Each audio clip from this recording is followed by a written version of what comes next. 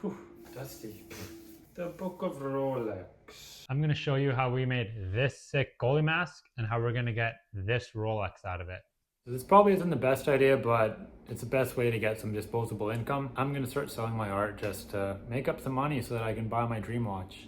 And here is the helmet that I am going to be showing you how I made and how we're going to keep doing this until we can get a Rolex out of it.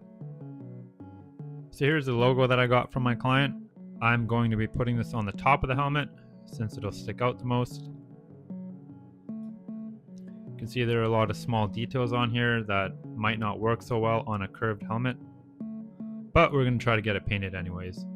The original plan was just to have it as the logo looks, but later on the client actually wanted it in just gray, black, and silver, and some white. Here is the client's logo that he also wants on it.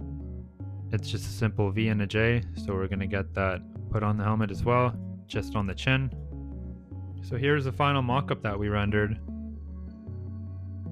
You can see the VJ on the bottom,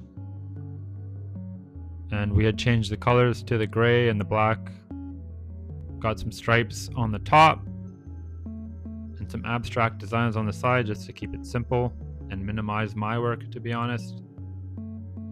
We're not selling this for that much, so I wasn't going to get too complicated with the design. Also, this is the second helmet I've ever done, so to be honest, I wasn't really sure how to do this. So I got the helmet from my client. You can see it's kind of a piece of crap. It's quite rusted. There's a fair amount of chips and cracks in the helmet. And he gave me the helmet with the cage on that he couldn't take off himself, so I tried to pry it off myself without actually damaging the plastic or anything else. You can see him here struggling, trying to take it off, but I just couldn't get it done, so we took it to my dad's little shop, chucked it in the vise, and now I can actually get those screws taken out properly.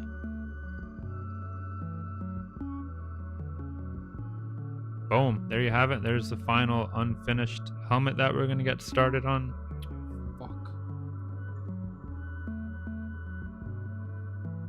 So we just want to patch up some of these little chips with some super glue. But this thing was dried out, so had to get some more super glue because that one was all dried up. So off we go to Walmart. And on the drive it started to snow like crazy. That's just Vancouver weather. One minute it's sunny, the next minute it's snowing. Here we are at Walmart where all the Walmartians come out. Back at the apartment to try and patch up some of those cracks and some of those chips. Now I'm trying to trace the logo onto some transfer paper and get that on the helmet. But as you can see, every time I tried to tape it on and get it masked on, it just wasn't working. There was just too many curves in the helmet and too many curves in the logo. Every time I taped it down, one part just wasn't working. But I just started to cut out the abstract parts with an X-Acto knife. And now you can see here kind of fast forwarding quite a bit, but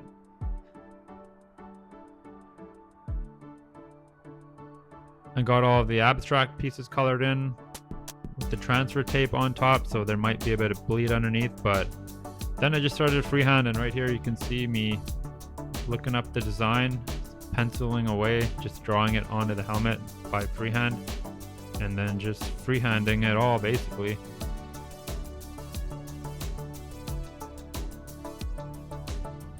And that just took some time, but now we are going to be taking off the pre-mask. That's why the helmet looked kind of yellow, just because it was a pre-mask paper on top. So this part felt nice, actually removing some of that layer and patching up some of the bleed with some white. And now I'm just trying to tape off some of that top part of the logo so I could put the stripes on top. But that wasn't the best idea because some of the tape actually stuck to the not completely dried paint on top. So I actually had to get a blow dryer and remove it off nicely. And now it's time to finish up some of those stripes. And I'm really happy with how the logo came out. Here's a quick sunset photo of me while I went to go get some PPE. I think the full face respirator is actually an investment because I'm going to be using it every time I do a clear coat.